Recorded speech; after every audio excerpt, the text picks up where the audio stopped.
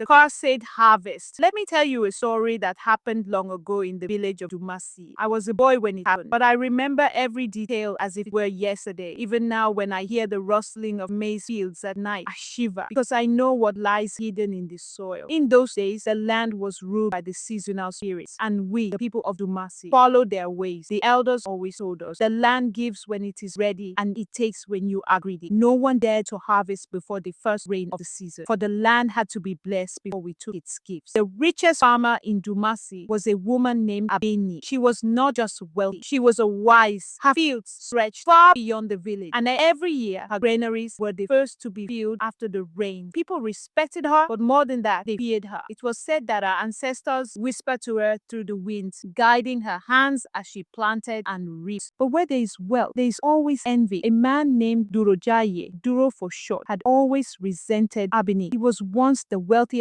man in Dumasi until Abeni's wisdom outgrew his greed. The harvest became more plentiful while it shrank season after season. Duro believed that Abeni had a secret, something beyond mere farming skills, and he was determined to uncover it. The breaking of the law. That year, the dry season stretched longer than usual. The sun was merciless, cracking the soil like an old leather. The people of Dumasi waited patiently for the first rain, but Duro's patience had long run dry. One evening, he sat outside his hut, chewing on roasted ground nuts, watching Abeni's fields swaying in the breeze. The maize stalks stood tall and golden, heavy with grain. If he could harvest his own fields now, before Abeni, he could sell first at the market in Ileko and restore his wealth. But where there is wealth, there is always envy. A man named Durojaye, Duro for short, had always resented Abeni. He was once the wealthiest man in Dumasi until Abeni's wisdom outgrew his greed. Her harvest became more plentiful while it shrank season after season. Duro believed that Abeni had a secret, something beyond mere farming skills, and he was determined to uncover it. The breaking of the law. That year, the dry season stretched longer than usual. The sun was merciless, cracking the soil like an old leather. The people of Dumasi waited patiently for the first rain, but Duro's patience had long run dry. One evening, he sat outside his hut, chewing on roasted ground nuts, watching Abeni's fields swaying in the breeze. The maize stalks stood tall and golden, heavy with grain. If he could harvest his own fields now, before Abeni, he could sell first at the market in Ileko and restore his wealth. The elders' warnings rang in his head, but he pushed them aside. What does Abeni know that I do not? If I wait, the birds will eat half my grain. That night, under the cover of darkness, Duro took his workers into the fields. The moon was full.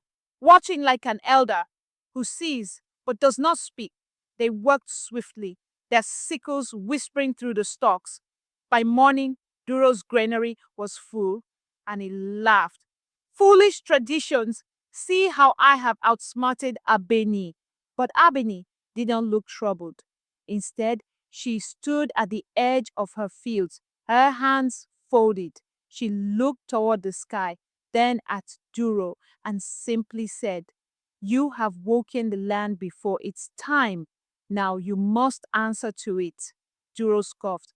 "Your riddles do not frighten me, Abeni.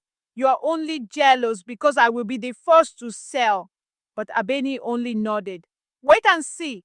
The price of greed. The next morning, the sky darkened. The clouds gathered like warriors preparing for battle. The people of Dumasi rejoiced, for they thought the first rains were coming.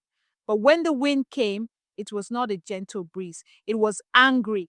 It howled through the village, tearing at roofs, shaking the trees. The river swelled as if something beneath the surface had awakened. Then the fields began to rot. Duro's granary, once full, now reeked of decay. When he opened the doors, his workers gasped. The maize inside was black and crawling with worms. No one had ever seen a harvest spoil so quickly. The same fate befell his fields. The maize stalks, so golden just the day before, withered overnight. The village knew the land had cursed him. Duro's hands shook as he ran to Abeni. "What have you done? This is your doing," he accused. But Abeni shook her head. "You did this to yourself, Duro. You harvested before the spirits gave their blessing. The land does not forget. It does not forgive greed." The elders called a meeting. "Duro, you have broken the law of the land," they said. "To take from the earth before its time is to insult the spirits. You must pay the price." Duro fell to his knees. "Tell me how to fix it. I will do anything." The elders turned to Abeni.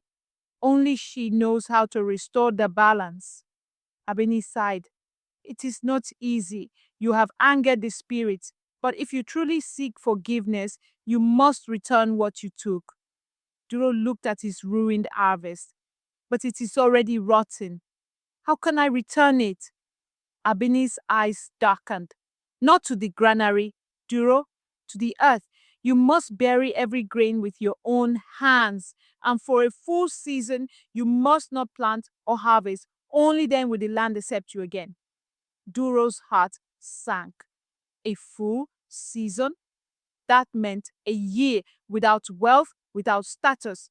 But he had no choice. For the next 3 days, Duro worked under the burning sun, burying every rotten ear of maize, every grain of millet, every bean.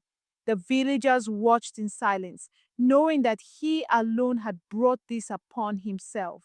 And when the work was done, he sat before Abeni and bowed his head. "Forgive me." Abeni nodded.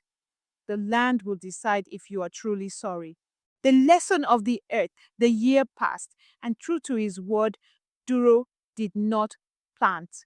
He watched as Abeni and the others harvested after the rains, their fields full and plentiful. He swallowed his pride and bought grain like the poorest in the village. When the next planting season came, he sought Abeni's guidance, and for the first time in his life, he listened. Year, his harvest was good, not the best, but good enough.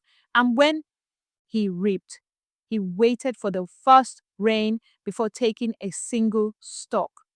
From that day forward, no one in Dumasi ever harvested early again. And when people asked why, the elders would only say, "The land gives when it is ready, and it takes when you are greedy."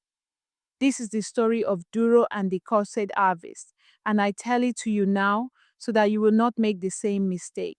Because even today, if you walk through the fields of Dumasi at night, you can still hear the wind whispering, "The land does not forget."